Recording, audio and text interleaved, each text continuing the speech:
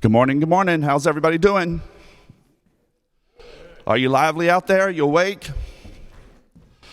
All right. Everybody having a good time? You enjoying the conference? All right, you learning a lot?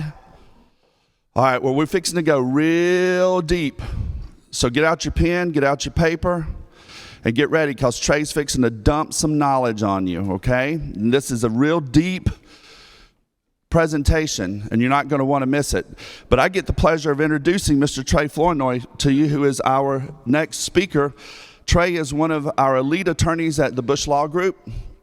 He is by far one of the most logical thinkers I've ever seen. When you talk to Trey, you'll understand he's very methodical, very logical about the way he goes about handling his cases. He's also one of the most detailed attorneys that I've ever seen. In the office, we often refer to Trey as the one that gets in the weeds, because he'll close his door and you won't see him for 9 hours, and then he'll emerge and he has this fog over him, and you're going, "What have you been doing?"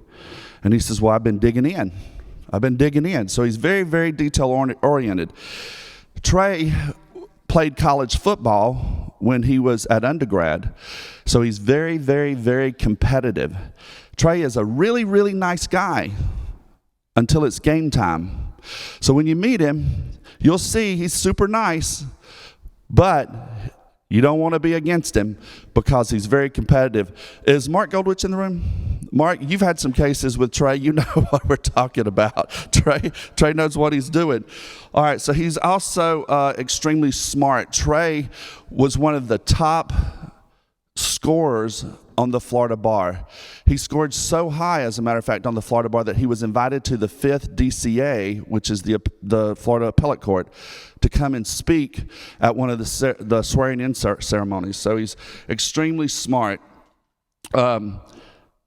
Trey currently practices in Florida, Georgia, and North Carolina. So if you have any cases in those 3 states, Florida, Georgia, and North Carolina, please be sure to see Trey. He'll be happy to answer any of your questions or help you in any way that he can. And today he's going to be speaking to you on water losses. And he put this presentation together, and when he did, he told me, he says, "You know what?" He says, "I really want to give public adjusters something that will help them settle these water loss cases," because we kept seeing how insurance companies were abusing public adjusters and falsifying the language of the policy, misusing language of the policy to deny water losses. So without further ado, Mr. Trey Flournoy. Thank you, Stephen. Can y'all hear me okay? Can y'all hear me? Good? All right. All right, so this is a water loss presentation, but really what this is a presentation about policy interpretation, designed to answer the question that we all want to know, and that is there coverage? Okay? So it's going to be in the framework of water losses, but it's really about policy interpretation and answering that ultimate question. And so what I want to do is set some framework, though, first. All right? How you interpret a policy and you read a policy really depends on what type of policy you're dealing with. I know y'all have heard that before, but I'm going to say it again, and I'll probably say it a lot. You really need to identify whether or not you're dealing with an all-risk policy, or maybe you're dealing with a name perils policy. And the reason why that's important, if you don't know, is because it's the starting point. You know, if you have an all-risk policy, then all direct physical loss is covered unless there's a limitation or exclusion. That's how you're going to read the policy. If it's a name peril policy, then you need to look for that specific name peril to prove those coverage. So you need to start there. I think we're one ahead. Okay. The first thing I want to start off with is the starting point, and that is you're called out to a claim, and what do you need to do first? All right, you're dealing with a water loss. You know there's water in the bathroom, kitchen, wherever, but where's the water coming from? And I know that sounds simple, but I get calls all the time where there's water in the kitchen, there's water in the bathroom, and my question is, well, what's the water source? I don't know, Trey. It's just wet. Okay. Is it a supply line? Is it a cast iron claim? Is it a backup? Is it in the wall? Where's it coming from? And the reason why that's important is because unless you know that, you can't identify your damages. And the reason for that is because if you're dealing with Category 1 water, which is clean water from a supply line, that repair protocol is going to be a lot different than if you're dealing with a Category 2 or Category 3 water loss. So you can't even identify your damages or the work that you're going to need to do to return the property to its pre-loss condition until you identify that. And keep in mind, sometimes there's more than one source of water. All right, so don't find one. Sometimes you're going to run into a situation where you got multiple sources at play. Once you identify the sources of water, then you can start to identify what type of damages you have. And I would encourage everybody to don't lump everything together. With water losses, you often have different types of water damages. You obviously have damage caused by water, but sometimes you have other types of damage. Sometimes you have tear-out and replacement costs, the tear-out and replacement of the building necessary to get to the failed system of appliance. And that's a lot of times different than water damage, because a lot of times you're tearing apart part of the building that's not even damaged by water. There's nothing wrong with it, but I've got to tear that wall apart or break through the concrete foundation to get to the pipe. So separate everything out. Next thing you need to do is read your policy once you know what the damages are. Presentation is everything. I'm sure everybody in this room has seen a legitimate claim get denied because the homeowner presented it wrong. They call in and I've got a mold claim. That's a classic one. Everyone in here knows that a lot of policies don't have mold coverage, or it's very limited. And the old adage is, what came first? Was it the water or was it the mold? The water came first. I don't care that there's mold now. It's water damaged. It needs to be repaired as water damage. And if we happen to remediate the mold in the process, cool, I'm good with that. But it's water damage. I only like to see coverage, mold coverage used if there's truly no other way to get it covered. And an example of that might be that across the room now you have some surface mold on a wall that's not water damaged, but due to the increased humidity, now you've got some mold on that wall. I would also approach every claim as though it's going to be denied, okay? Whenever I get a file, I always approach it as though we're going to go to trial, even though everyone here knows most insurance claims don't make it all the way. But prepare that way from the beginning. And I use this, this next question as an example of that to demonstrate that. And that is, how would the carrier approach the claim? Is the carrier going to voluntarily pay the claim? That'd be nice. We wouldn't have jobs, but that would be nice. B, the carrier will approach the claim with a fair and neutral mindset and look for coverage wherever possible. That would be nice, but probably not. The carrier will look for ways to exclude coverage. That's why we all have jobs. That's why we're here, so we can protect the policyholder. So if they're going to look for ways to exclude coverage from the beginning, then we need to be looking ahead to figure out how to stop that. So approach the claim as though it's going to be denied. And then, as I already covered, you need to identify what type of policy you have, what type of facts you're going to have that may work against you or work for you, and you want to present those in the best light possible. Okay, so let's talk about supply line claims. And what I want to do is work through a couple of provisions that you're normally going to see in these types of water claims, and then talk about how to find coverage. So let's look at this water supply line claim. One common exclusion you're going to find is a repeated seepage exclusion, which basically says we don't pay for water that's occurred, repeated seepage or leakage of water which occurs over a period of 14 days or more. Sometimes you see 10 days or more. Sometimes there's different numbers. Sometimes you see a provision that says weeks, months, or years.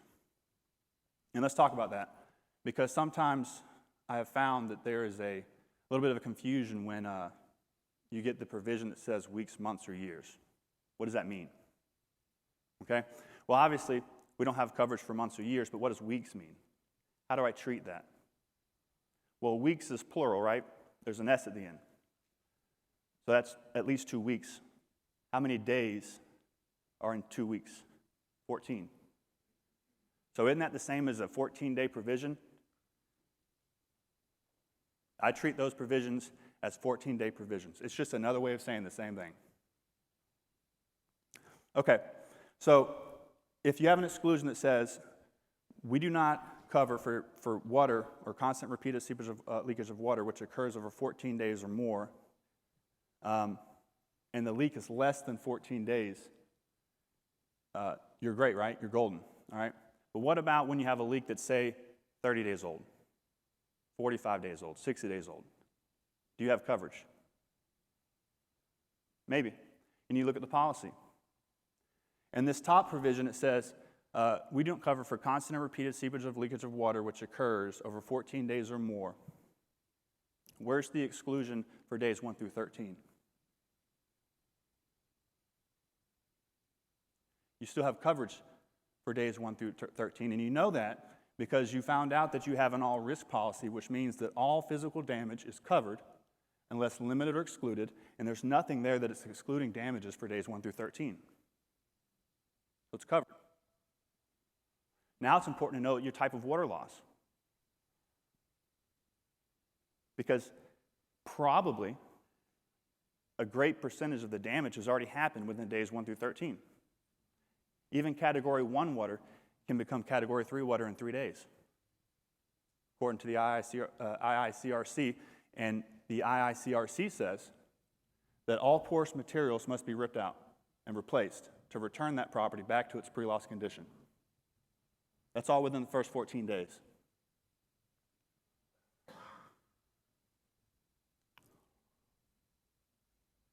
Now, these are, as we go through these, I'm going to put some Florida case law up there. Most of my claims are in Florida. I'm also in Georgia, North Carolina, as Stephen said. But what we're going through is all about policy interpretation. So although I'm showing you Florida cases, the way you read a policy, the way you're taught in law school to read a policy is the same. Now, you may have some different statutes or different state-specific requirements that may alter or influence the way you look at your policies, but the basic way you read it's going to be the same.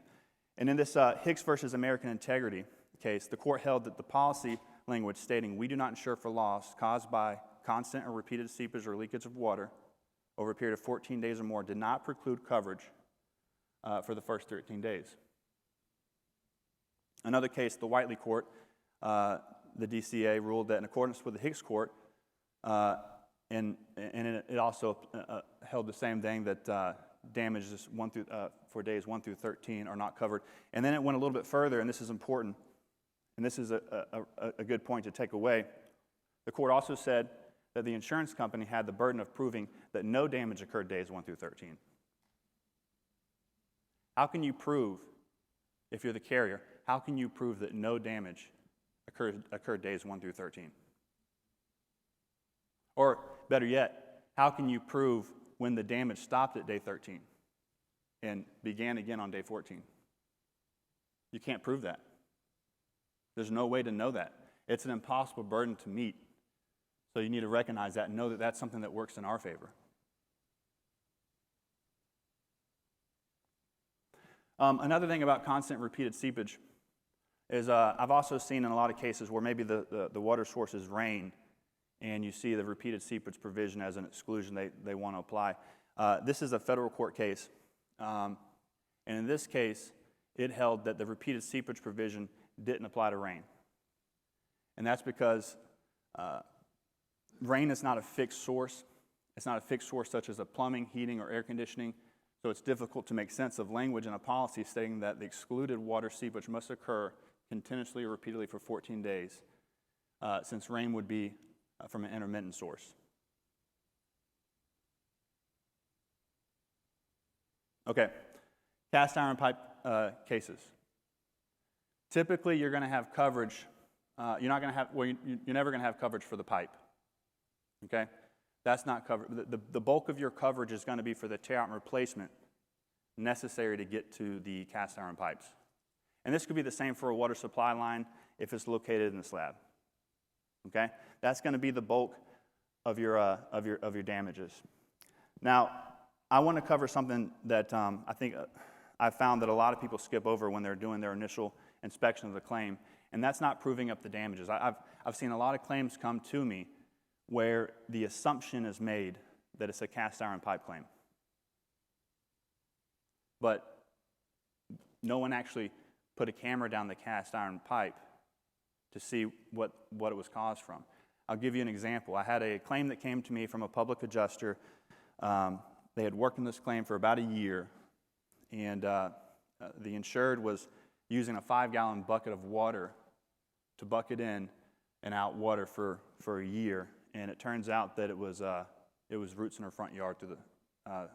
Roots had grown into her cast iron in the front yard. No coverage for that claim, but also a simple, I think they fixed it themselves. But for a year, they wasted all that time because they didn't want to spend a little bit of money on the front end to figure out what's actually going on here. That's a little bit of money to save a lot of time, which you can turn into a lot more money than what you spent on that one. And you'll find a lot of insureds are willing to pay for that too.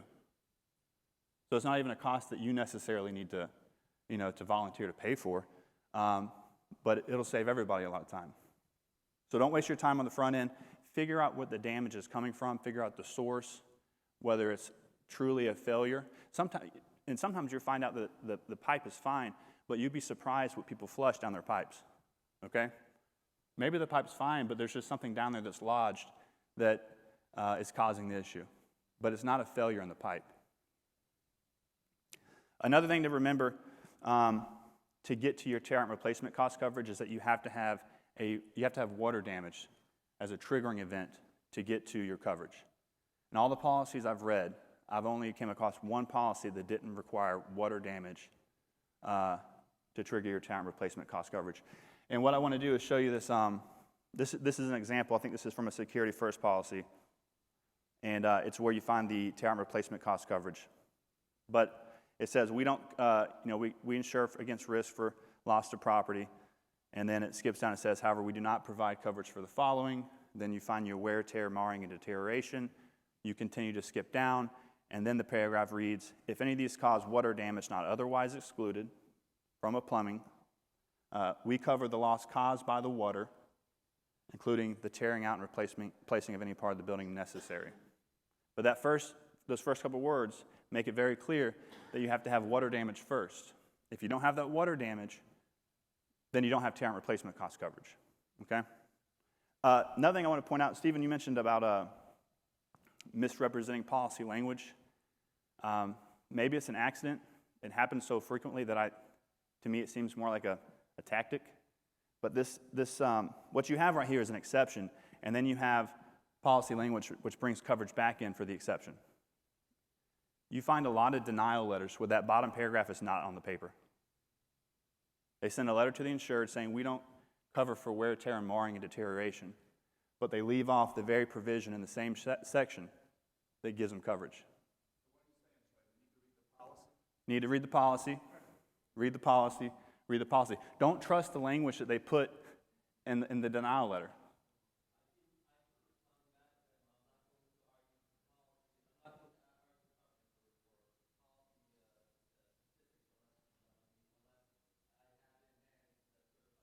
You need it. You absolutely need a copy of the policy if you want to talk policy language back to the other side, because otherwise you're guessing. And every policy is not the same. It's not hard to find 2 State Farm policies issued in the same year that say different things. And that goes with any carrier. So you need the policy, and you shouldn't make any assumptions that because you've read 1 million Allstate policies that you know what it says. Okay, so most tear out and replacement provisions require you to have a covered water loss to trigger tear out and replacement cost coverage. If you have a limited water damage endorsement that says you have coverage for water damage, that's an easy way to get into the policy for water damage. I mean, it flat out says for an extra premium, we're going to give you, $10,000, $25,000 in water damage. But what if you don't have a water damage endorsement? Is there coverage? Again, identify your policy. Is it an all-risk policy? If it is, then you've got to have a limitation, and not you, but the carrier needs to demonstrate. It's the carrier's burden to demonstrate a limitation or an exclusion that's going to avoid coverage. Okay, so if you need water damage, the carrier is obviously going to cut you off, and they're going to say, well, there's a water damage exclusion in the policy. Here's the water damage provision. You can clearly see that subparagraph B says we don't cover for water or waterborne material which backs up through sewers or drains. And that sounds like it's really on point, right? Nope.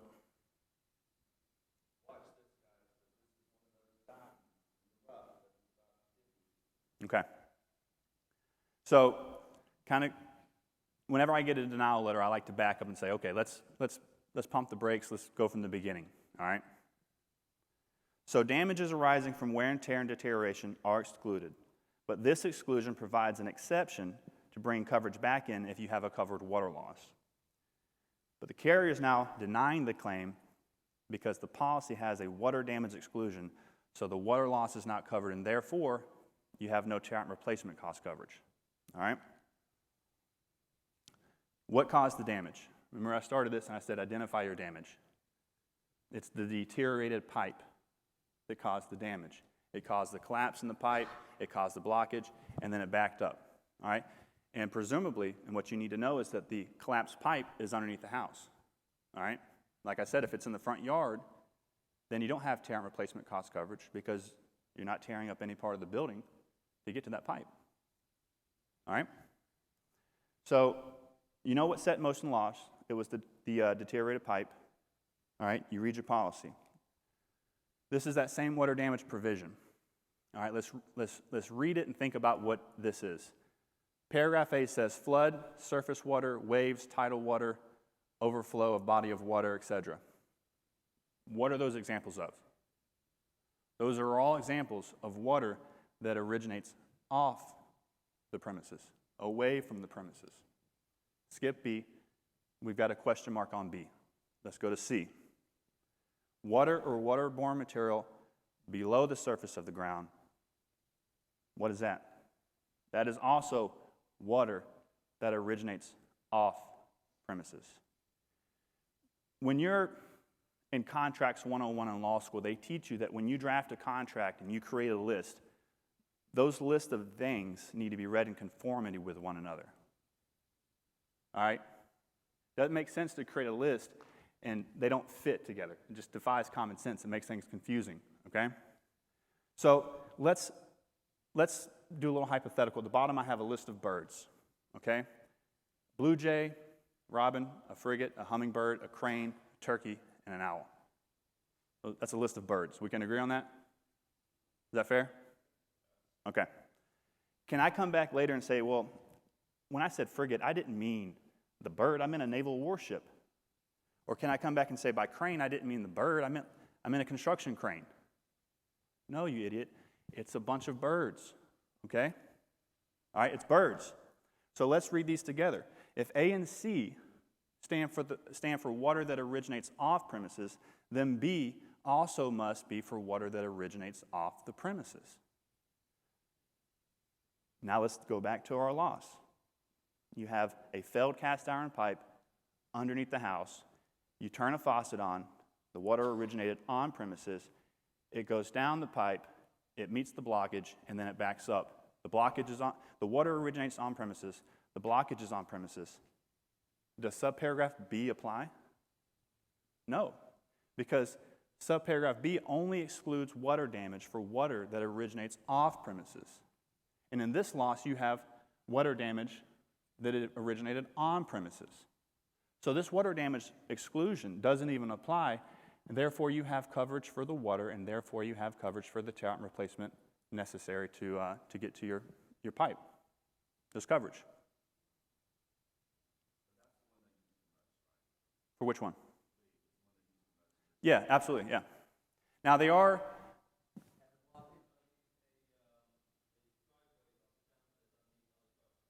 Say that again.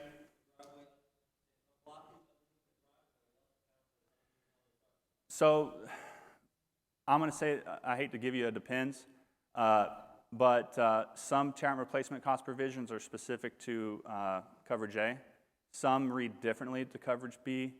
Like for example, I mentioned that one that you didn't actually have to have actual water damages. That policy broke it up to where you needed actual water damages to the other structures, but not to anything under coverage A. So it depends. I can't give you a 100% clear answer on that.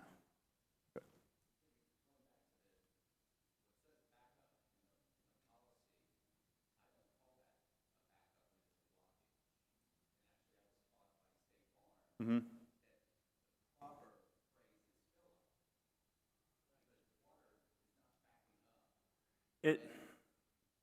Whatever word you use to describe it, yes, presentation's everything, but I think as long as you can demonstrate the concept of what we're talking about, where the water's coming from, I don't think it matters exactly what you call it. You can call it a fill-up. I think you can call it a backup. I call it a backup all the time, or an overflow of water is usually what I call it. And as long as you're putting some context to it, and you're kind of defining what you mean by that, I think you're okay. In this Cheatham case, this is a Florida case that kind of demonstrates what I was just talking about. And it held that the water exclusion did not apply because the claim loss in that case was caused by the deterioration of the pipe, which caused water or water-borne material to back up into the residence. And so they found the loss was covered. They found the water backup exclusion did not apply, and the exclusion only applied to damage caused by water originating somewhere other than the residence premises. This last case I have on there is because a natural next question is, well, what do you mean off premises? Normally, it's going to be the property boundary line. Okay, so there was some question in this case whether or not it was the perimeter of the building or the actual property line, and the court held it was the property line. This whole built case at the top, same exact concept, but this case dealt with an on-site septic system. The court found consistent with that one. All of the septic system components were on the property. They were within the boundary line, and therefore they held that the water originated on premises and it was covered. And then the Cameron v. Scottsdale case, it's the same type of holding. Okay, let's talk about limited water damage endorsements. They're great, but they're not. Okay? They're a great way to demonstrate, yeah, I've got coverage for the water damage. It's an easy way to get into the policy. But one thing carriers love to do is to say you've got a $10,000 water damage endorsement. They'll cut you a check for $10,000 and say, that's the cap. See ya. How many policyholders do you think get that $10,000 check? They go write a Google review, give them 5 stars because, oh my goodness, they came out and on the scene, they gave me policy limits. They just got robbed, and they're giving them a good review. Read the policy, read the policy, read the policy. All right? These are some policy interpretation principles. And that's that insurance policies are construed liberally in favor of the insured and strictly against the insurance company that drafted the policy. Exclusionary clauses or limitation clauses must be construed more strictly than coverage clauses. And policy provisions that tend to limit or avoid liability are interpreted liberally in favor of the insured and strictly against the drafter who prepared the policy. And exclusions are to be construed even more strictly. And then if there's an ambiguity in the policy, if something's not clear, then it's going to be construed in favor of the insured as the non-drafting party. I say that as background for this. These are 2 different limited water damage endorsements. The one on the left is a security first policy. The one on the right is from Tower Hill. If we look at the one on the left, you will not find in there any words that limit tear out and replacement of cost. In the security first one on the left, you can't find any language in there that limits tear out and replacement costs. And remember at the beginning of this, I said a lot of times you have tear out and replacement costs for parts of the building that are not damaged by water, but nonetheless must be torn out and replaced to get to the access, get access to the system or appliance, whatever it is. That's why it's important to keep in your mind and you present these as separate damages.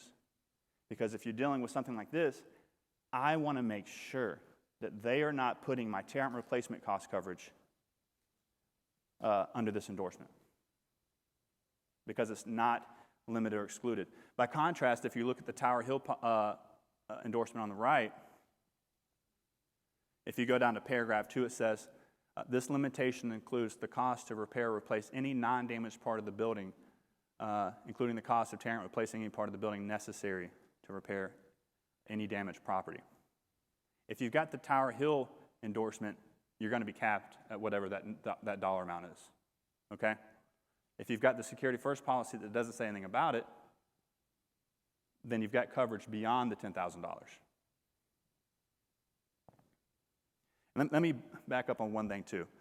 And this is just kind of something that I find very unique, and I got a little time before we go to questions.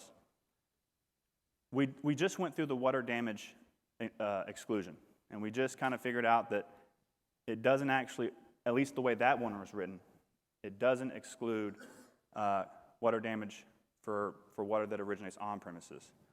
That was the Security First policy that we were reading from. The endorsement on the left is also from Security First. It's actually from the same policy when I made the slides. And it says, for an additional premium, this is what we give you.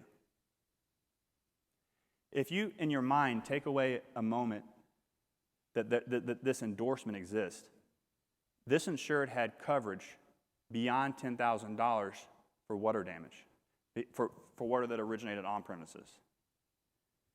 Security First took the position that this insured gave more money, more premium, to subject themselves to a lower cap for water damages. Without this endorsement on the policy, in other words, without this endorsement on the policy, they had water damage up to coverage A. No. Well, in which part of the policy? In which part of the policy? I'm saying the policies where they have that additional for additional premium, I typically see a different area where it says exclusion for any more damage. This policy didn't have anything like that. This had the typical language we cover for any ensuing water damages, including the cost of tearing out, replacing. So they already had water damage coverage for the ensuing water damage up to coverage A. Then, allegedly, they paid more money to get less coverage. I just find that ironic. If you don't read the policies carefully, you... Well, what I would have loved to... So everything is supposed to be read in conformity so that every provision in the insurance contract has meaning. The way I interpret this altogether, this wasn't an issue, but without this endorsement, they did not have coverage for water damage if the water originated off premises. So I would argue that the extra premium they paid for didn't limit the coverage that was already available in the policy. They paid more money, obviously, for more coverage. They have coverage for water that originated off premises.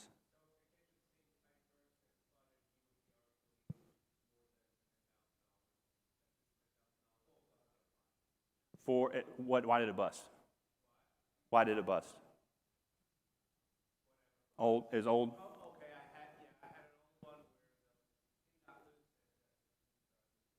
I think you can make a good argument there's more than 10,000 on that. I think you've got to jump through some loops to get there and lay everything out very cleanly for the judge. I don't think you're going to get an adjuster, an AI, to agree with you. And some of this stuff,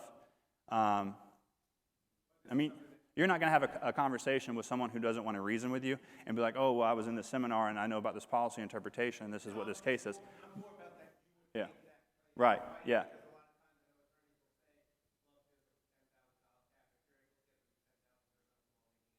Yeah. The point of what I wanted to instill with y'all today is to get to a point where you can know when a claim is good or when you need to run. I don't want you wasting your time on claims that you can't get coverage for. But I also want you to hang with claims and keep them when they're good claims, so that the policyholder at the end of the day is getting the benefit of what their bargain. Anybody got any questions? Let me cover this real quick. Don't think you mentioned ensuing loss. A lot of times policies do provide coverage for ensuing loss. And ensuing loss is just a loss that occurs separate from, but as a result of an excluded loss. So an example of that would be, say you've got some defective chimney flashing, water penetrates from between the chimney flashing down the chimney and into the house. You obviously don't have coverage for the defective flashing if it's truly defective, but you do have, and often do have coverage for the ensuing water loss inside the house. Questions?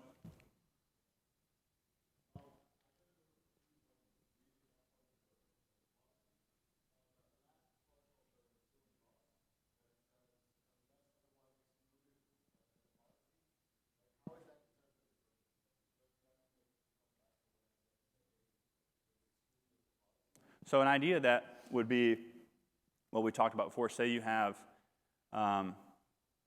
say we're talking about the cast iron pipe situation where the actual loss is was the deteriorated pipe. That's what set in motion the loss. Okay. If you think about it, the water damage is actually an ensuing loss from the deteriorated pipe. Okay.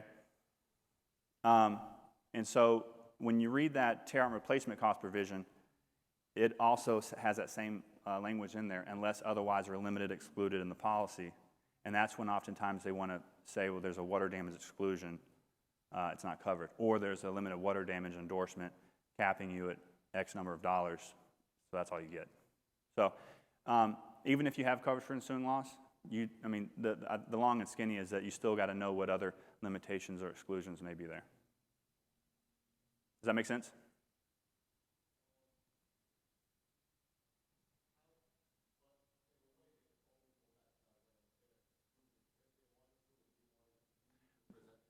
But if the wear, and we can talk more afterwards if you want to come see me.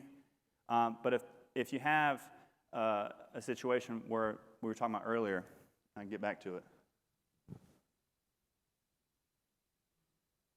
Okay, so this is the part of the policy you're talking about here, where it says we don't cover for wear and tear, and then under items 1 and 2, any ensuing loss of property described in coverages A, B, not excluded or accepted in this policy is covered.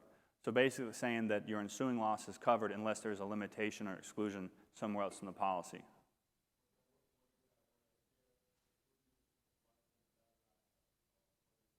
Well, but we'll talk. Yeah, I want to make sure I can get more questions, but this provision or this paragraph, so we don't have coverage for wear and tear, but then where it says if any of these cause water damage, it's taking coverage away, but then it's giving it back in. It's putting it back in. But we'll talk more about it. I'll come when we're done. I'll come back.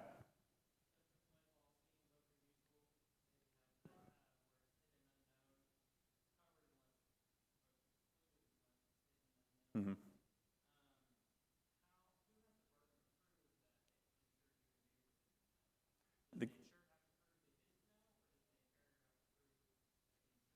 It's the carrier's burden to prove, and in all risk policy, it's the carrier's burden to prove a limitation or exclusion. Now, you've got to demonstrate, you've got to show the damage and you've got to cooperate. And so I do think there's some responsibility on the homeowner to put forth some facts that, we just found out about this, because other things come into play. If we're talking about hidden and unknown, we also have prompt reporting of the loss. So, you want to make sure that you're complying with that post-loss obligation. So in complying with your post-loss obligations, I think you're going to naturally reveal to the carrier that I just found out about this, it was hidden, But ultimately, it's the carrier's job to prove a burden, to prove a limitation or exclusion.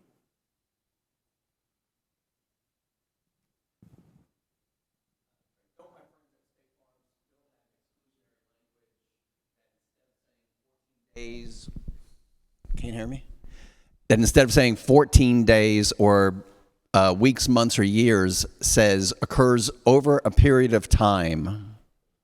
I've seen that. It's vague to me. Could mean it's vague, it's a millisecond, a period of time. Yeah, and if it's vague, then it's ambiguous. That's my interpretation of it. Another variation that they're starting to do, because every time there's a case that comes out for us and helps us, they're obviously trying to change the policy to take that back away from us. There's a lot of those repeated seepage provisions that, say it's a 14-day provision, and they've added language in to say that if this repeated seepage provision applies, then there's no coverage starting back from day one. So they're closing the gap.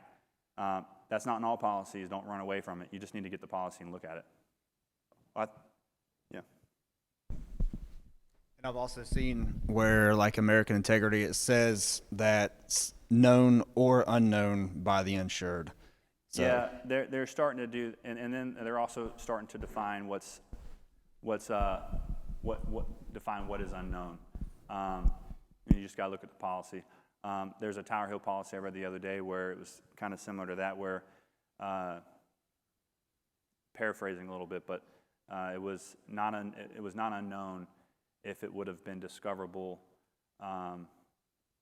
within after conducting a reasonable search, and it's not unknown if it's hidden behind, if it's visible on the wall but hidden behind contents in the house. So even though there was a big armor covering up this wall that was starting to show a little bit of sign of water damage, the policy was not defined in such a way that that it wasn't unknown, even though the insured truly didn't know it was there. Yeah. Although we did have a good result on that one. Anyway, this particular insured happened to be in a wheelchair, and so I argued that it got resolved. But anybody Just else? looking for questions. We got to wrap up quick. I think I've got a minute 30. But if y'all have any questions, just come and find me in the back, and I'll talk to you as long as you want, okay? Thank you all.